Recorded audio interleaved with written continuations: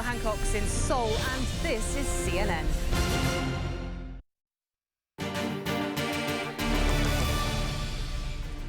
Still no deal in Washington as Thursday's debt ceiling deadline inches closer. It's 9 a.m. in New York, which means U.S. markets open in just 30 minutes. I'm Maggie Lake in New York, Max Foster is in London, and Pauline Chu is in Hong Kong. Welcome to World Business Today.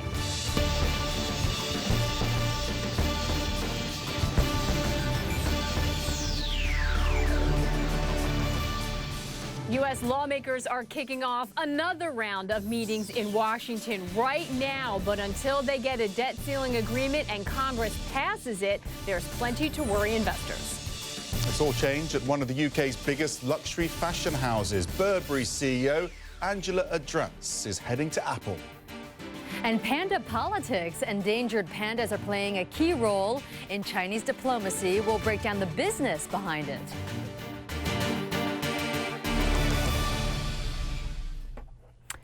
On Wall Street, U.S. stock futures are mostly flat as investors await the next move in Washington. Politicians say they are making progress on a fiscal deal. Right now on Capitol Hill, House Republicans are meeting behind closed doors. And in a couple of hours, the top Republican in the Senate will present a compromise plan to his colleagues. Republican Senator Mitch McConnell and Senate Majority Leader Harry Reid have been hashing out the details for days now, but the big question is whether any plan will get a green light from conservative Republicans in the House. For more on the negotiations, let's go to Athena Jones on Capitol Hill. And Athena, first of all, just walk us through what we're looking at in terms of timing. What can we expect today?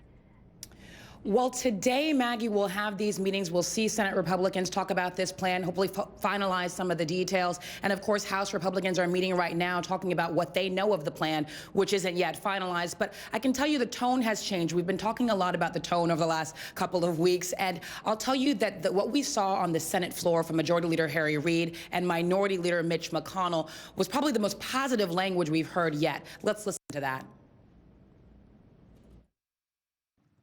Constructive good faith negotiations continue between the Republican leader and me. I'm very optimistic that we will reach an agreement that's reasonable in nature this week to reopen the government, pay the nation's bills, and begin long-term negotiations to put our country on sound fiscal footing. I deeply appreciate my friend, the Minority Leader, for his diligent efforts to come to an agreement. The Republican leader and I will keep members informed as negotiations continue. Mr. President. Republican leader. Let me just echo the remarks of my good friend, the Majority Leader. We've had an opportunity over the last couple of days to have some very constructive exchanges of views about how to move forward. Those discussions continue, and I share his optimism that we're going to get a result that will be acceptable to both sides.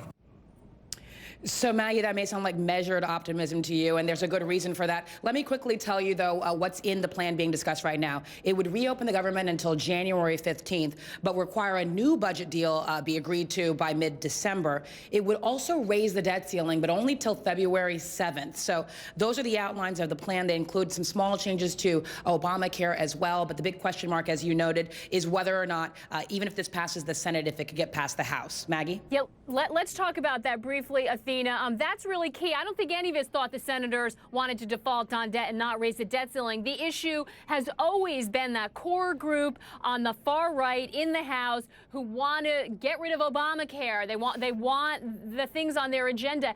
Do they have the ability at this point to still cause a problem and scuttle this deal?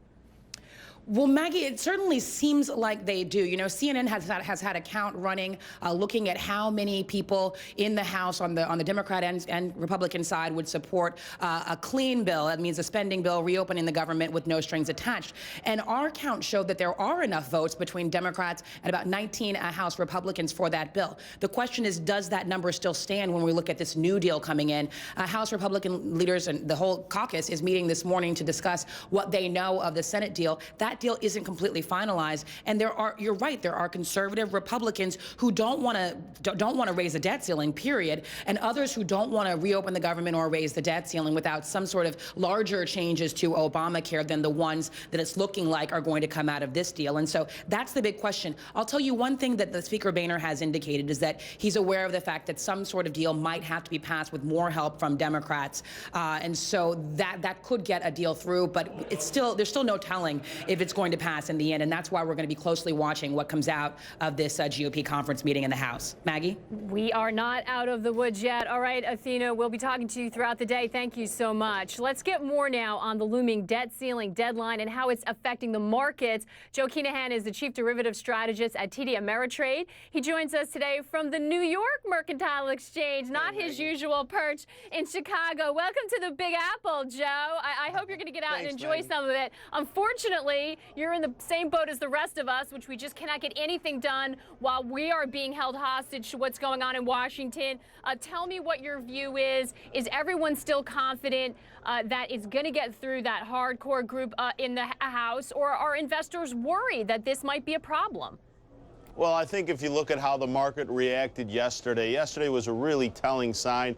On Sunday night when the futures opened, everything looked so ugly. We turned it around on some comments by Senators Reid and McConnell yesterday. Both sides of the aisle seem to be confident something will get done in the Senate, which I think spilled over to the House. You also see, again, let's all keep in mind, although this has been kind of a crisis, et cetera, we're still over 1,700 on the S&P 500. It's amazing how this market has reacted. I think there's been a bit of a tone change in the last 48 hours also, in that we're actually talking about earnings now. We're talking about the things that drive the market, which is kind of fun and interesting again. People are talking about how Citigroup performed this morning, how Coca-Cola performed this morning. So I think there's a lot of confidence that this deal will get done, at least kick the can for a while, because again, what people are talking about has certainly switched. The tone of the market has switched in the last 48 hours. Yeah, the kicking the can thing, that I guess is where how we define success these days, which is a sad statement in and of itself, Joe, but at least if we can avert disaster. The problem is earnings are not particularly supposed to be great either, are they? Why is the market being so resilient when we got a fiscal mess in Washington and all we can do is postpone disaster and continue to argue, and we have earnings that a lot of people are expecting are going to be subpar? Are the forecasts wrong?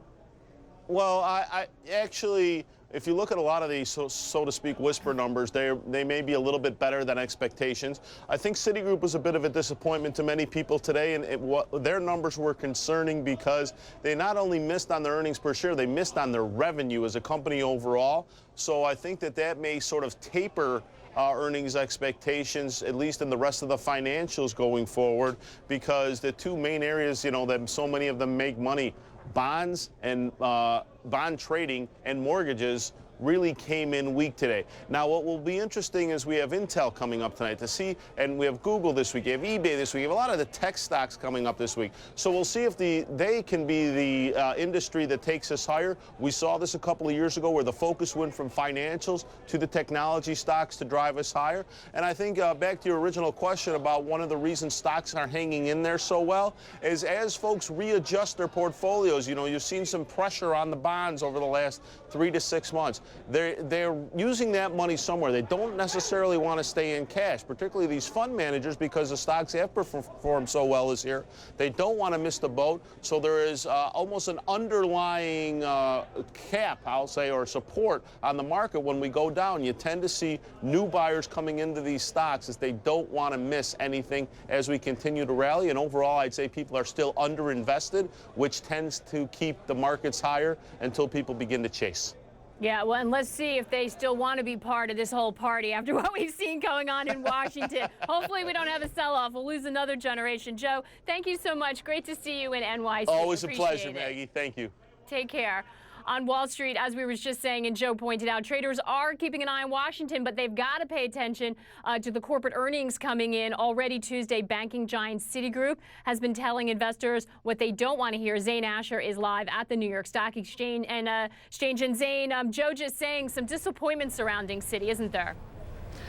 Yeah, hi Maggie, absolutely. Citigroup is the latest big bank to clock in. Wall Street certainly not impressed. It earned $3.2 billion in the latest quarter. It sounds decent, but it actually does fall short of forecasts. The company was hit by a slump in trading. Also, the bank saw fixed income trading revenue fall by 26%, and that's compared to a year ago. But even so, the CEO, Michael Corbett, says that the company performed relatively well in what he refers to as a challenging, uneven macro environment. Now, Citi shares are down a third of 1% in pre-market trading. Half of the big banks, Maggie, have already reported earnings, and like Wells Fargo and JP Morgan Chase, Citi was also hit by a slowing demand for mortgages due to higher rates.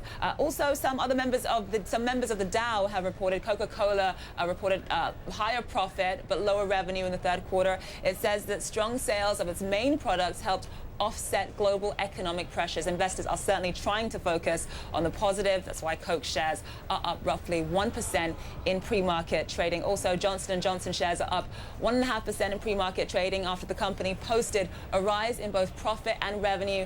J&J said that it expects solid full-year results on strong sales of its Motrin, Tylenol and Aveeno lines. So somewhat of a mixed bag today, but according to FactSet, as of Friday, the blended earnings growth rate, of the few companies that have reported is just 0.8%. Today, after the close, Maggie, we'll be getting some tech giants, Yahoo and Intel, set to report after the close. Maggie? Yeah, let's see if they can sort of help boost that number up. 0.8%, not even 1% profit growth. That's not great. All right, thank you so much, Zane Asher. Max, how are things looking where you are?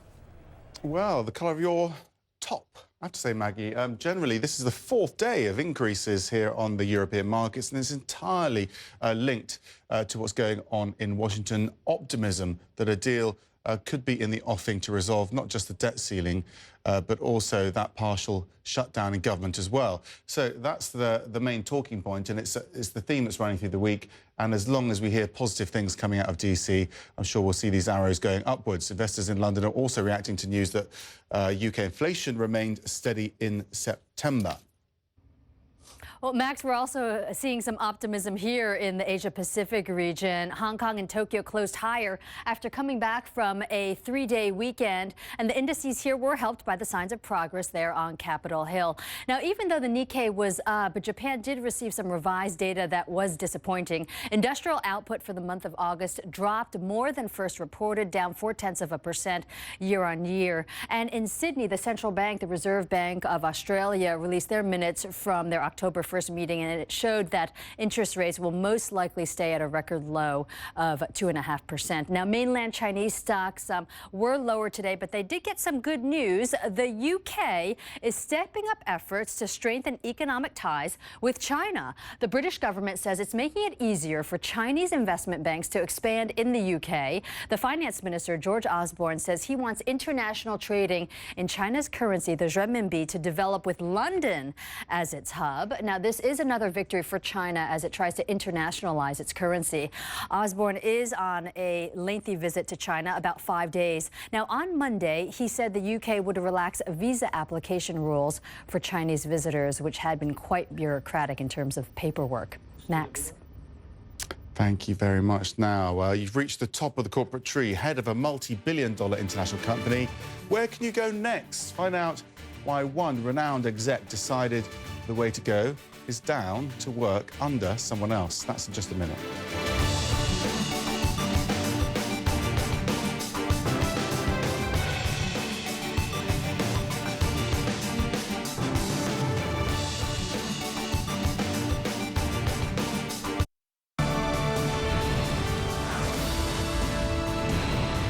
Human to Hero, in association with Nikon.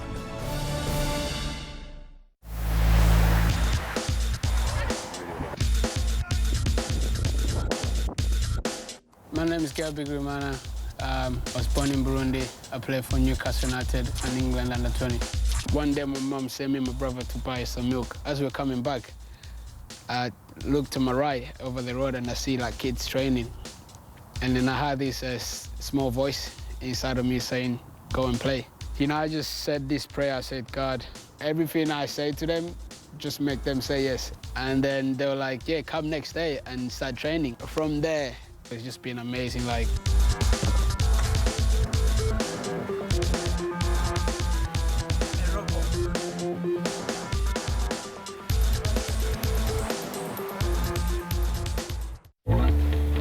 to see a new world, we try. To see a new world, we explore. To see a new world, we don't give up. We try and try. Maybe it's because we want to see a new world. Let's try together, and let's go see a new world.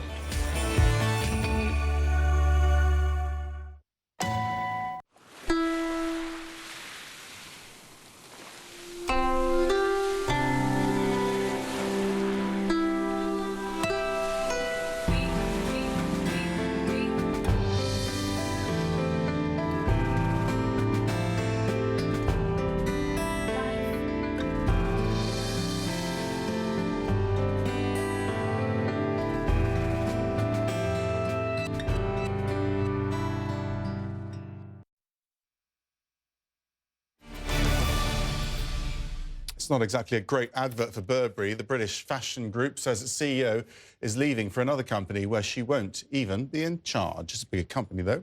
Angela Adrence is quitting Burberry to become head of retail and online stores at Apple, reporting to the CEO, Tim Cook. Adrence is staying at Burberry until next year, though. By then, she'll have led the company for nearly 8 years. Under her, Burberry's market value has more than tripled. Taking over her role as Chief Creative Officer, Christopher Bailey. Arendt's departure overshadowed the company's other announcement that sales grew strongly in the latest half year. Burberry shares are down. They were over more than 5% down. They were off by more than 6% in earlier trading. CNN's Jim Bolden has interviewed both Arendt and her successor at Burberry because he's a fashion icon himself. Yes, of course. She is a legend in this city, isn't she? Why is she taking this job? It's interesting because she was the highest paid CEO of any top company in the UK last year, male or female. She's the face of Burberry. She's relaunched this company, really much focusing on stores, big branded stores in top areas of big cities. Now, you think of Apple being the same way. Apple's been without a head of retail since the chap who had it for a very short time quit. So if you think of Steve Jobs loved the stores. Maybe that's not Tim Cook's thing. So he went out looking for someone to help with the branding of Apple. So you're right. She's going from CEO, but I suspect she's going to make a little bit of money at Apple as well. They needed to get something to lure her away from what has been her baby since 2006. What would you say is the secret of her success? Because this was a company that was completely out of fashion. Oh, yeah. And it's the biggest luxury brand now on social media. Yeah, she was... it was a tired British brand. You think of the checkered, people thought of trench coats, and that's it. And it was absolutely going away, I think, in the market. So she and Christopher Bailey really just got back into thinking, how do we make this a super luxury brand? How do we take it out of stores and put it into our own stores? Used to be you went to a shopping mall and you would get it in somebody else's store. And a few years ago, I interviewed Arendt and Christopher Bailey at the new headquarters to talk about how they were rebranding this company in the middle of a recession. Take a listen. We like to say that we went into the recession with a tailwind or with some pretty strong momentum. And I think that helped us during the early phases. Burberry's positioned very differently. We play so broad. We call it internally our democratic luxury positioning. And you know, we're dual gender, we're multi-category, we're multi-generational because we've been around for 153 years. So I think that Burberry has a lot of different attributes and the diversity that helps us weather this storm, if you will. So how is that different from where Burberry was before then? We often describe it as this multifaceted diamond that needed shining, you know, but the diamond existed. And I think, you know, when we first started talking about it, yes, we wanted to affect the product, we wanted to work on the design and the whole creative process, but it was also a big cultural shift that we started to talk about. So Christopher Bailey is by no means just stepping into a new role that he wouldn't be familiar with. He's been there since for a long time, 10 years. So he's very much a part of the rebranding that she did. She's very camera shy. So in many ways, Christopher was out front until she sort of became more comfortable with that. But let's look at the share price under Angela Arendt. I mean, much of her huge pay packet was the share bonuses that she was getting. So that's today. But I thought we were supposed to be able to look at her share price since she took over. Unfortunately, yeah, there we go. You can see what she did with it. And you look at the dip in 2009. Obviously, we went through the economic crisis. And like a lot of good companies, Max, what she decided to do is to spend money during the economic crisis. She came back stronger. Rebrand it, spend the money, the investment, make it a super luxury brand that can be immune even during that economic crisis, and that's what she did. But if you do look at today's share price, down more than 5%, no doubt the pair of them were a great team together. He in charge of creative, her in charge of business. Yeah. He's now taking on something that he doesn't know as well, and he's doing two jobs at once. And that's a big concern for investors. It is, and because investors were in love with her at Burberry, you can see why that reaction has taken place. But as I said, he's not new to the company. He's been there for a very long time. He's young. He's younger than, well, he's younger than me. I'm not sure he's younger than you, but, you know, he is going to be a very young CEO of a very old brand, and it's done so well in China. That's been one of her strengths, and that's something Apple's going to be looking for because it's not done well in China. So she's going to be in charge of look, because it's not just the stores. She's also going to be in charge of the website, which on its own is a hell of a business. Because she likes to look at Burberry as a digital company. I know it sounds hard because you love going into stores, but if you go into a Burberry store, there's a digital display, and it looks at how the clothes can look on you. It gives you a lot of sense of what you can order, what you can buy. And a lot of Chinese come to London and shop there. They love it there. They love it in Paris. And so that digital experience that's worked at Burberry, arguably, she can bring to Apple, which obviously has always been about the product. Now I think they're going to look at how they sell that product. Jim, thank you very much indeed. So one of our top execs coming your way, Maggie. Indeed, it'll be very interesting to see what you could do at Apple. The warnings are coming loud and clear from corporate America. Politicians must get it together and fast. In just a minute, we'll hear from the CEO of a leading internet site who's fed up with what he's seeing in Washington. Witchdeck Roofing, changing the roofs of Africa. Powered by AHI Roofing New Zealand, pioneers of stone-coated roofs around the world. AHI Roofing is owned by Fletcher Building, which has over 100 years history in producing building products of excellent quality. Fletcher Building became the largest company listed in the New Zealand Stock Exchange in 2010. Witchdeck Roofing, changing the roofs of Africa.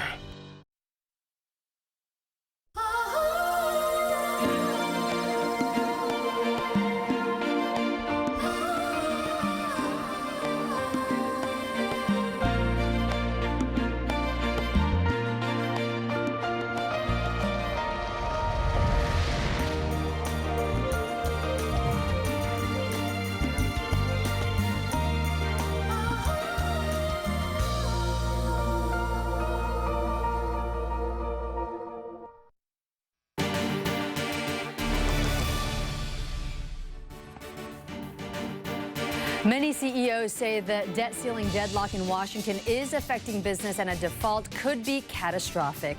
Howard Schultz, the head of Starbucks, has started an online petition demanding an end to the government shutdown. It's at cometogetherpetition.com. Another Expedia chief executive, Dara Khosrowshahi, is weighing in as well. He has called Washington's budget disputes unnecessary and unhelpful, and he told our Richard Quest lawmakers should just get it done.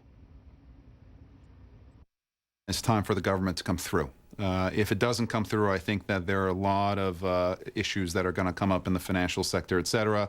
But it looks like the energy is at least moving in the right direction at this point. What is it that you fear? Because obviously in a travel company like yourself, besides business travel, discretionary leisure travel is often one of the first and few things that gets hit once people's confidence evaporates.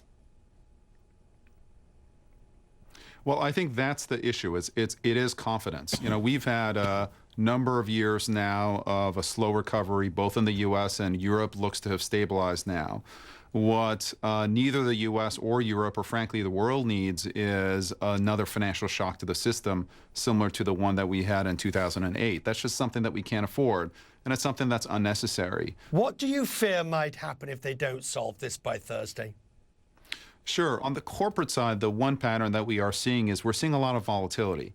And we aren't seeing corporate spend come back quite as strongly as you would expect. So that tells me that corporations are fairly uncomfortable in this environment. And corporations need to feel safe as well as far as what the interest rate environment is going to look like, what the liquidity environment is going to look like, in order for them to invest aggressively to grow, as we have as a company over the past couple of, as we have in the last couple of years. So we're hoping that that volatility passes through. Now, another CEO is expressing his concern. The head of the Family Dollar discount store chain warned recently that the stalemate in Washington will have a direct impact on his business because the majority of his customers are on government assistance. Maggie. Well, the countdown to a U.S. default is on. The clock is ticking, and investors are on the edge of their seats. We'll speak to leading Washington watcher for his thoughts on whether any debt deal can get through Congress in time. For the moment, we keep looking at those headlines about progress, but we have to remember there is no deal yet. We're right around the corner from the beginning of a new session on Wall Street. Trading is about to begin. We will bring you the opening bell and all the numbers and all the earnings news when we come back.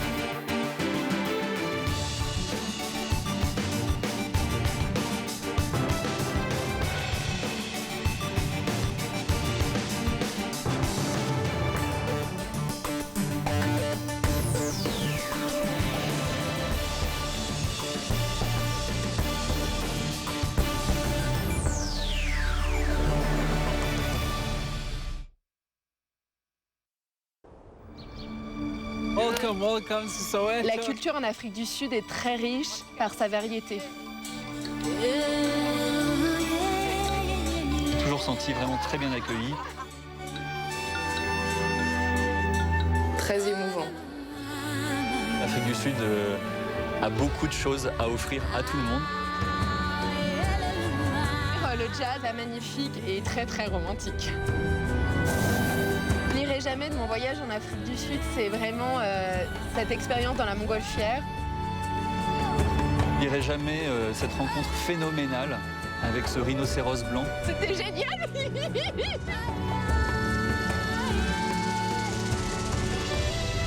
Et à tout à chacun, je conseillerais vraiment à tout le monde de venir visiter ce pays fabuleux.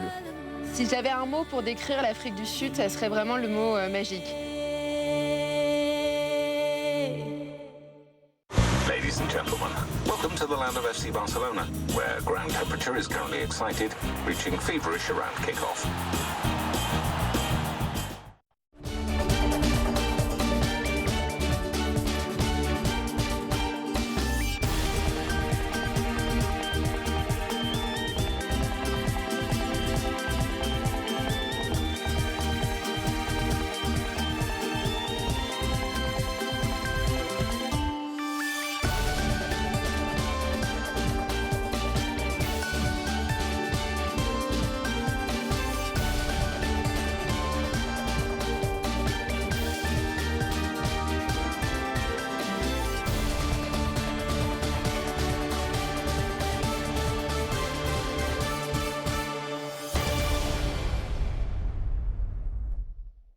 The weather was brought to you by Qatar Airways, proud partner of FC Barcelona.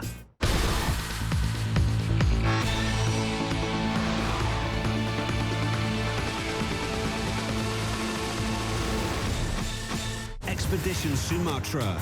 Philippe Cousteau leads us on an epic trek into a world under threat.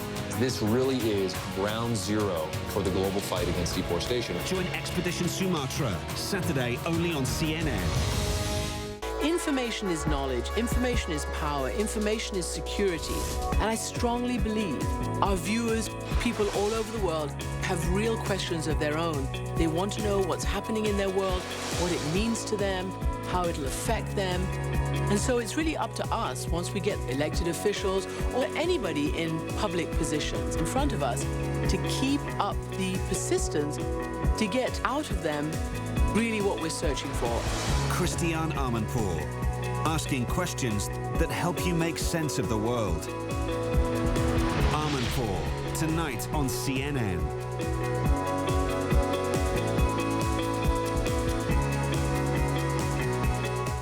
I'm Jim Bolden in London. This is CNN.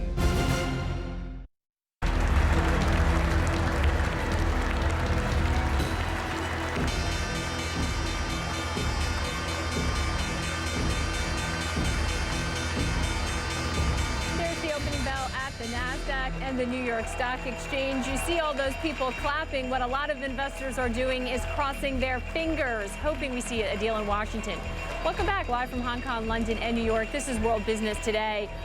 It looks like we're going to get a little bit of a mixed open. I think the concerns that something will happen at the last minute are sort of buffeted against the fact that most investors believe that the calmer heads in the Senate are going to get a deal done. They're going to put it to the House, and despite resistance from that core group of Republicans, they're going to try to push something through. But that is all just conjecture right now. We do not have a deal, and as a result, you're seeing a little bit of selling and jockeying in the first few minutes of trade here in the U.S. We're going to talk a lot more about the shutdown, the debt ceiling, and where we stand. But Pauline, a lot of other news headlines to get through.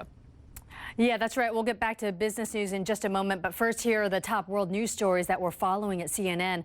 At least 49 people have been killed in an earthquake in the central Philippines. The 7.1 magnitude tremor struck on a religious holiday. Most of those killed were hit by falling rubble. Many more are believed to be trapped underneath collapsed buildings. Iranian negotiators are discussing their country's nuclear program with representatives of 6 world powers in Geneva. The 2 days of talks with delegates from the U.S., Russia, China, France, Britain, and Germany are the first since Hassan Rouhani became Iran's president. A spokesman for the European Union's foreign policy chief called the Iranian foreign minister's presentation on Tuesday morning, quote, very useful. Suspected al-Qaeda operative Abu Anas al-Libi will appear in a New York federal court later on today. He's accused of playing a role in the bombings of the U.S. embassies in Kenya and Tanzania in 1998. Now, over the weekend, al-Libi was transferred from a U.S. naval ship where he had undergone interrogation by intelligence agents. He was captured in a U.S. military raid in Libya. And authorities in Belgium say they've arrested a notorious Somali pirate chief after luring him to Brussels with promises of starring in a documentary about his life on the high seas. Mohammed Abdi Hassan was detained at the Brussels airport on Saturday when he stepped off a plane from Nairobi. He's being charged with hijacking a Belgian ship and kidnapping its 9 crew members back in 2009. U.S. Senate leaders are trying to hash out an agreement that would temporarily reopen the government and keep the U.S. from defaulting on its debt. The partial shutdown of the federal government is now in its 15th day, if you could believe it. And there are just 2 days until the U.S. Treasury runs out of options for paying its bills. Senate Democratic leader Harry Reid and Republican leader Mitch McConnell have both indicated progress in their talks. House Republicans are meeting at this hour to discuss the framework for a possible deal. CNN political contributor Ryan Lizza joins us now for more perspective on this tug of war in Washington. And Ryan, it's very easy, especially for our international viewers, to get a little confused by all the theatrics going on. Are we going to get a deal that gets through the House? Well, I hate to be the voice of pessimism right now, but just to give everyone an update, right now there is no deal in the Senate yet, although the leaders of both parties were very optimistic there would be one, but we still do not have an announced deal in the Senate. And as you pointed out, Maggie, House Republicans, the lower chamber of our Congress, are meeting right now, and the reports already leaking out of that room are that they are not going to wait for the Senate deal. They do not like what they've heard about the emerging Senate deal, and it seems like they are going to put forward their own plan. Now, what that means is it's unlikely that both sides are going to have anything finished by this October 17th deadline. So I think most of what's coming out of Washington right now is not very optimistic and looks like it's going to be very difficult to meet that deadline if the House puts forward its own deal, because then they're going to have to go back and negotiate something with the Senate. So that's where it is right now. And again, the Senate has not even announced that it has a deal yet. This could come down to a matter of procedure, I guess, is what you're saying, because if you pull the lens back, it looks like a bill would get through the Senate, and if it was actually put to a vote in the House, that there would be enough Democrats and moderate Republicans to come together and pass this thing. How can it not happen if the majority of lawmakers want to get a deal done?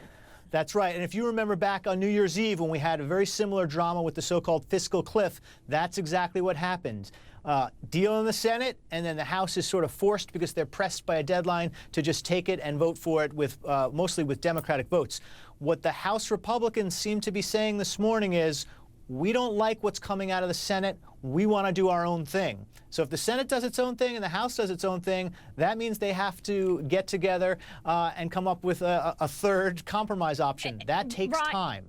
Ryan, this is going to be so concerning to investors who are trading right now on the belief that they are going to get this done. At any time, can Boehner, the Republican House leader, at any time can he decide to stop this madness and just put a vote to the floor? Can he actually do that? Is it within his power to do that? He could, absolutely, Maggie, he could. Right now, he doesn't have a bill even from the Senate to do that. I think, Maggie, one of the stories of this whole very complicated drama is a deep, deep mismatch between Wall Street and the international financial community and what's going on in Washington. I think people on Wall Street and internationally see a couple of headlines that, oh, a deal is in the works, and they suddenly think, oh, it's all going to be worked out. And I don't think they quite understand frankly, how messed up things are up in Congress, and how how pessimistic perhaps they should be. We don't have a deal right now. I think they're getting a quick education on that, Ryan, because you have the Chinese, among others, saying we've got to find a way to de-Americanize the global financial system. Those are words that Washington should take seriously. Ryan, Liza, thank you for putting this into sort of brutal reality for us. It's scary what you said, but we appreciate getting some clarity on it. Ryan, Liza, for us thank you, Maggie. Today. Now, as we've been saying, we don't have to wait for the debt ceiling deadline to pass to see the effects. Nathan Sheets from Citigroup says investors really don't like the uncertainty. I would say the most striking place where we're seeing an effect of this stress is in the government bills market. So very, very short-term securities that are likely to mature over the next month or two. We've seen their yields move up meaningfully. People don't want to hold this stuff. They're not sure how it's going to be resolved over the next month or 6 weeks. That insecurity is having a big impact on the short-term treasuries. They spiked early last week, and we are keeping an eye on them as trading resumes today. Christine Romans joins us now. Christine, first of all, I'm sure you are as disturbed as I am about what Ryan was just saying, because there's a lot of complacency that we're going to get a deal done. And we keep looking at stocks for the benchmark of how nervous investors are. Right. But we really need to be paying attention to the rest of the market, too, don't we? Yeah, and Ryan's analysis is spot on and also quite pessimistic. And I think he's right that at least stock investors, the stock markets, are not reflecting any kind of risk of a default or any kind of risk of technically even not being able to pay your bills here. That's why stocks are still sitting here pretty close to all-time highs. You saw Nathan Sheets from Citigroup talking about that corner of the world, that T-bill market. I want to show you what that chart has looked like, Maggie, because that's where you have seen the action. You have seen investors, real investors, JP Morgan, Fidelity, and others, people who deal with this stuff every day, who've been cautiously getting out of the way of the potential for the U.S. not to be able to pay its bills, getting out of these T-bills that expire around the time of a potential default. So there you go. You can see those T-bills spiking the yields. I want to show you gold prices, too. We've been watching gold kind of with great interest. The stock market's up. The Dow is up 525 points over the past 4 days. In that same amount of time, gold prices are coming down. Gold has been selling off hard. That's an interesting one to watch, too. You would think as gold is some sort of safe haven, except the gold market's really been tracking, when you saw stocks rally, you saw gold come back. And watching gold to see if there's some sort of a flight to quality there, and have not seen it at least over the past 5 days. Again, because world markets are assuming that there's going to be some sort of a deal. They're also preparing for the day when the Fed's not going to be pumping so much money into the system overall. So watching these different corners of the markets, trying to find out how people are positioning themselves for what is absolute madness in Washington, D.C.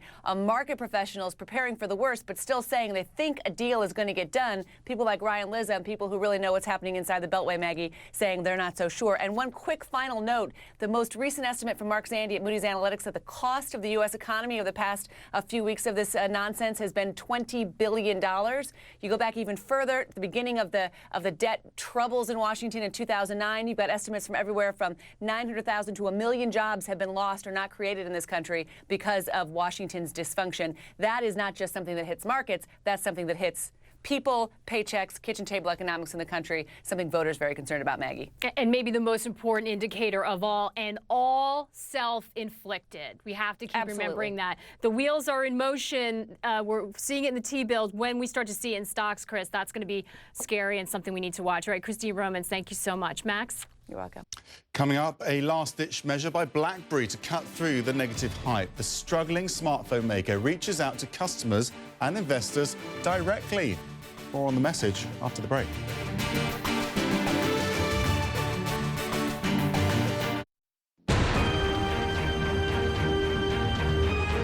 Mainsail, in time with Rolex, supporter of the International Sailing Federation. Oracle had bought themselves another chance. But in the next race, New Zealand fought back hard. They sailed to a commanding lead. Surely it was time for New Zealand to stand and celebrate. The lead is more than 1,200 meters to Emirates Team New Zealand. One win away from taking the America's Cup. Then came a stunning blow. Time limit has expired. This race has been abandoned. The race limit is 40 minutes, and in the light winds, the Kiwis had run out of time. Just 2 minutes sailing from victory. Very frustrating day, to be honest. I think we started a pretty solid first race. It's disappointing to, to be that close, but so far away. Why this watch? This watch has seen gale force winds, incredible sights, and craft and crew become one.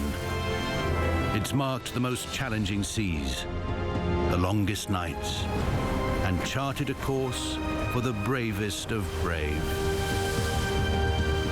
It doesn't just tell time, it tells history. Welcome to the world's 9th largest country, seated in the heart of the Eurasian continent. To the country that has access to a potential market of 500 million people. To Central Asia's strongest economy with the most attractive tax climate in the Commonwealth of Independent States and Eastern Europe. Make use of the state program of accelerated industrialization that made us number 10 in the World Investor Protection List. Join those who are already joining this. Discover, explore, invest in Kazakhstan.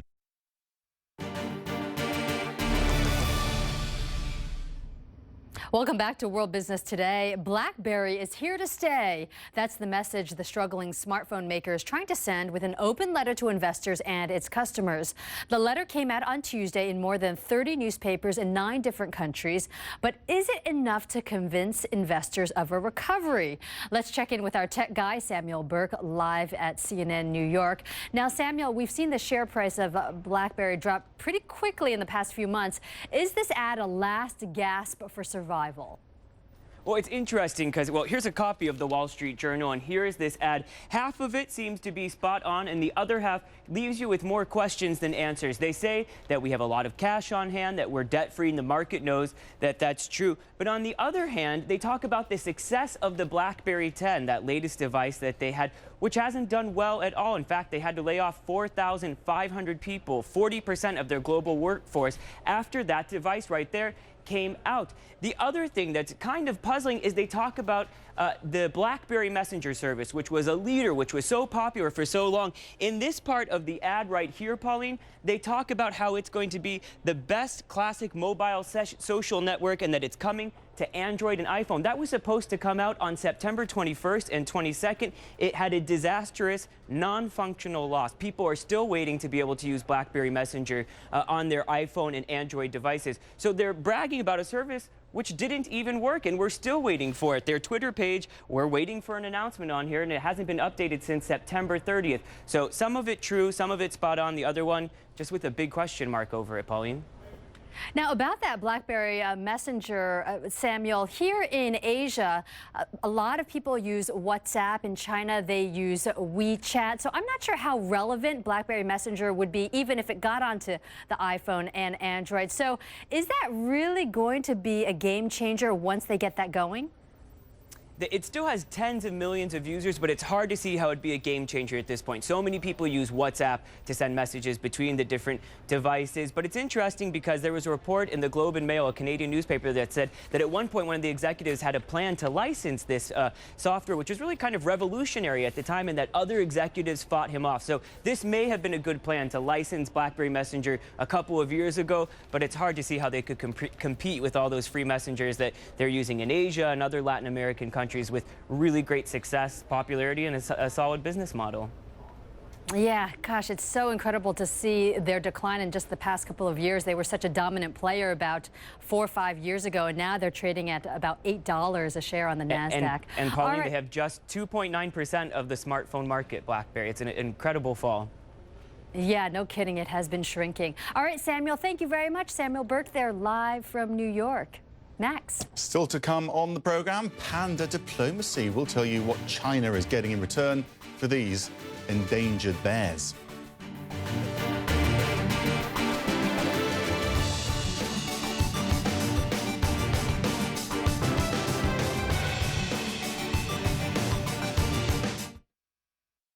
I'm tired of your lines, sick of your lies. This love is done for good. I'm gone. I'm moving to the other side. What's up with you? I'm moving to the other side of you. We go back home with you. When the network clear like L2. We go on, I gentle. Network we just stay gentle. Oh, yeah, let's go. I done the fuck.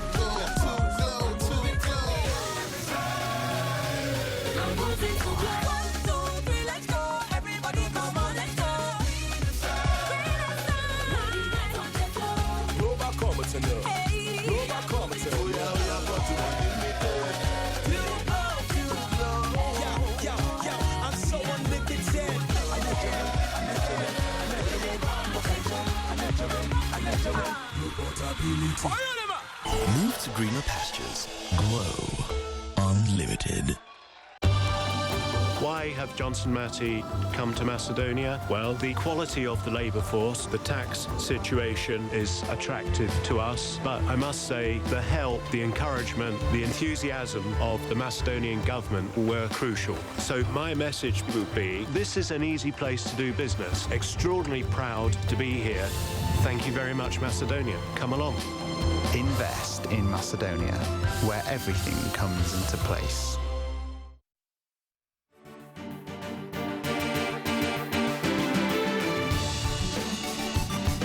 No secret that Amazon.com has revolutionized the way we shop. It's come a long way from an online bookstore in the late 90s to an e-tail giant that sells just about anything today, from groceries to beauty products, even artwork. That's right, you can now buy fine art pieces with a click of the mouse at Amazon's online art gallery, something that's relatively new. Amazon.com's success is in no small part due to the company's customer-centric attitude, something founder Jeff Bezos strongly believes in. Bezos is often mentioned in the same breath as visionaries like Steve Jobs and Bill Gates. And like those tech titans, he fiercely guards his privacy. A brand new biography attempts to shed light on this great American success story. It's called The Everything Store, Jeff Bezos and the Age of Amazon. It's written by Brad Stone, a senior writer for Bloomberg Businessweek. Brad joins us here in New York. And Brad, this is sort of fascinating. And, you know, over the years, as we've reported on Amazon and Jeff Bezos, no doubt about it, the guy is a visionary. You only need to sort of sit in the audience at one of his events to understand that how far he looks out.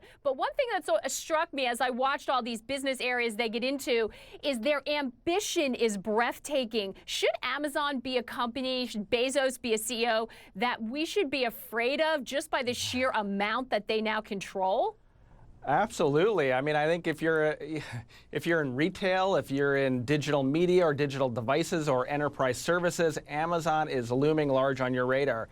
And I think Bezos and the Amazon management team have figured out something about this kind of new era in business, which is that if you don't innovate constantly, improve your service, get into new areas, be aggressive and be ambitious, you're going to fall by the wayside. I mean, we've seen it again and again with franchises, like AOL or Yahoo. If you don't innovate, you die, and that's why Amazon has really remained so dynamic over the last 10 years. And yet, interestingly, I mean, part of that is being ruthless in terms of competitors, about disrupting and killing off some small businesses, certainly, even though you help others. And he's not on the radar at all of the government, of regulators. You hear about Google and privacy, of Walmart, of all these other companies. And Amazon doesn't seem to run into any of those problems. Why not?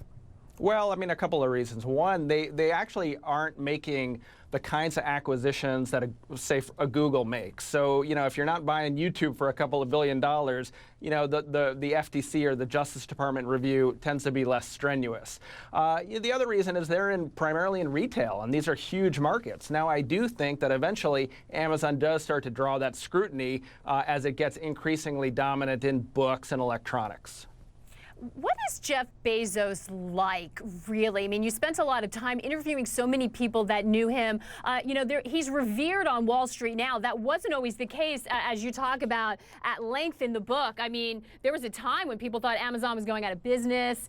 Their stock price was down in the single digits or the low teens. It's now at 309. What is Bezos like that enabled him to survive that and get to the point where he's at now? That's right. It's what makes it an incredible story. I mean, he literally did not blink once when everybody was writing Amazon off. He just believed, that sort of fundamentally internet shopping was going to work, it was going to be profitable, and it was a better experience than going to a big box store. What is he like? I think he's tough. He's tough to work for. A lot of these technology visionaries are. And it's because, they're kind of demanding the absolute best from everyone around them. It makes them tough to work for, but it's probably partly why Amazon's so successful today. And you discovered this, and that is the sort of sign of not only a leader, but a visionary, right? Someone who, in their gut, knows what the truth and goes forward. It's not by market research or survey. But he has an interesting personal story that you uncovered doing this book about not knowing his birth father and tracking him down. Tell us a little bit about that. Do you think that shaped who he is? I mean, I think it was an ingredient. It's actually sort of remarkable how many of our political and cultural leaders, like President Obama or Bill Clinton, Steve Jobs, had variations on this story. And in Jeff Bezos's case, his father is technically his adoptive father. But I did wonder, what had happened to the biological father who had left his life when he was 3. And I tracked him down. He was actually a unicycle performer, an incredible story. And I tracked him down. He runs a bike shop outside of Phoenix. And he literally did not know what had happened to his son or that his son had become a billionaire. It was really a remarkable story. That is fascinating, and I know a lot of people talk about the parallel with Steve Jobs as well. There's another one that comes to my mind, which is, can Amazon exist and thrive without Jeff Bezos? Because he is the driving force, and this is really the question dogging Apple right now, isn't it? Is it all about this one person's singular vision and understanding about the consumer that's specific to them? I mean, can there be an Amazon without Jeff Bezos? No, I think, Maggie, that's a fundamental question. Now, Bezos is about to turn 50. He probably has many years ahead of him leading Amazon, but it really is a company that is built around his brain. I describe it as like all these chessboards that are all just angled in a precise way so he can play many games at once. And if inevitably the day comes where he, goes on and does something else. Maybe he goes to run his space company, Blue Origin, full time. There'll be a transition similar to the one that Apple's going through now. Yeah, fascinating. And you mentioned space. He bought the Washington Post. We don't even have time in a TV interview to talk about all of the pots that Jeff Bezos and Amazon has their hands in, and it's someone we don't hear from very often. Brad, thank you for bringing us that insight. Great book, The Everything Store, about Jeff Bezos and Amazon. Great to see you, Brad. Thanks so much. Some Fascinating nuggets there about Jeff Bezos. Well, now, if you want to know more about China's economic priorities, some say just follow the pandas. Now, Beijing has around 50 panda bears on loan to zoos all across the world, and China usually gets something in return. I sat down with CNN Money's Sophia Yan to discuss what China seeks to gain with these panda swaps.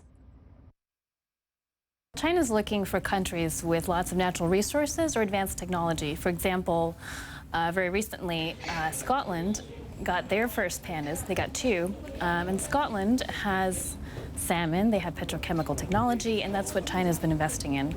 In the last few years, you've seen this happen over and over in Canada, in France. So food, natural resources, the things that China needs. Also, they've struck a deal with Belgium and Malaysia. What were those deals about? A lot of the Asian countries have free trade agreements with China. And in Belgium, for example, they have oil drilling technology. Energy technology is most definitely a priority for China, who's looking, of course, as the world's most populous country, to grow economically and strategically, and they need energy resources to do all of that. And when a country gets the pandas, they sign some sort of a loan agreement, but then they have to fund the care of the panda and also research. I mean, how much does it cost, and how long are these agreements for? Typically, a pair of pandas from China to another country costs about $1 million a year. The agreements usually last about 10 years, and there's often a renewal period for a few years after that. And in addition to the cost of the actual panda loan that these countries have, they also sink a lot of money into conservation projects, for example, habitat restoration, study of breeding techniques. And so the idea is that even though they're spending this kind of money, they'll make it back in terms of revenues from visitors and ticket sales and that kind of thing. Exactly. They can offset some of the costs as more visitors come to their zoos. And we have seen examples when China gets mad at a country, they take away the pandas. That has happened recently, hasn't it? That has happened. In the U.S. a few years ago, President Barack Obama continued on with a meeting with the Dalai Lama, and China took back, within 2 days, 2 panda cubs. All pandas, regardless of where they're born, actually belong to China. And even though they were contractually obligated to return to China at some point, this is seen as a significant move because of how close it was to when Obama took that meeting with the Dalai Lama. And Sophia Yan has an article about this on CNNmoney.com. And Maggie, she has some great little nuggets. She said it's very expensive to have a panda and to care for it. It costs at least $1 million each panda, and they eat a lot. She said that the 2 pandas in Scotland eat 20 tons of bamboo shoots a year. So some hearty eaters there. They are. Well, they're big, aren't they? Plus, they have nothing else to do all day but eat. That's what happens to me. Anyway, listen, on a serious note, we do want to bring our viewers up to date on a story that we're following. I think we're going to see some live pictures. We are expecting that it's possible House Republicans are going to break from their meeting, come out and talk to the press. They look like they are going to move forward, as Ryan Lizza had suggested to us earlier, move forward on their own bill, not take up the Senate bill, move forward on their own bill, which looks like the Senate bill, but includes suspending a tax on medical devices, as well as removing federal health care contributions to lawmakers and their staff. 2 small things, but it links it back to that issue of Obamacare that they had been fighting for. Sounds like it's that core group of Republicans flexing their muscles. Not sure if that makes it dead on arrival for a broader vote, but this does seem to complicate matters. Investors not going to like the look of this, I can imagine. But again, we are going to track that closely. That is the podium where we are expecting them to come out and speak. That is it from the 3 of us and the rest of the team at WBT. We'll see you again next time. Thanks for watching.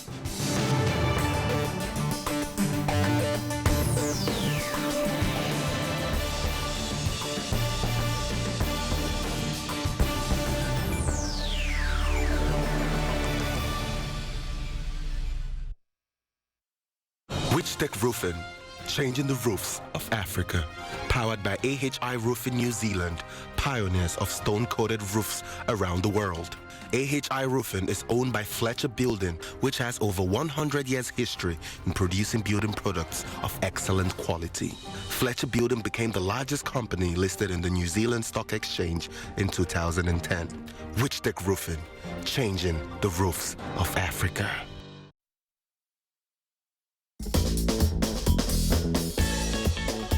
Welcome to the land where the sun never sets. Where 1,000 cultures tell a fascinating story. where 1,000 recipes leave you asking for more. Where untainted nature warms your heart. Let yourself go in a country that feels like a dream. Extraordinary, fascinating Nigeria. No wahala.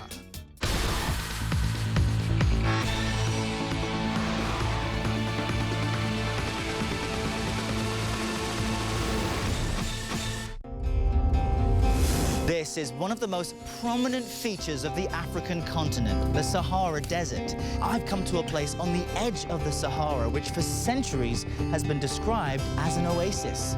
I'm Errol Barnett, inside Africa, and this is the starting point for my journey this week, which for the first time is through the North African country of Tunisia. Inside Africa, Wednesday, only on CNN, in association with Zenith Bank. CNN original series, Anthony Bourdain, Parts Unknown, Sicily. Our octopus. Cuttlefish. Pancetta. Leonata. Oh, that looks good. This juice. How do you say it in Italian?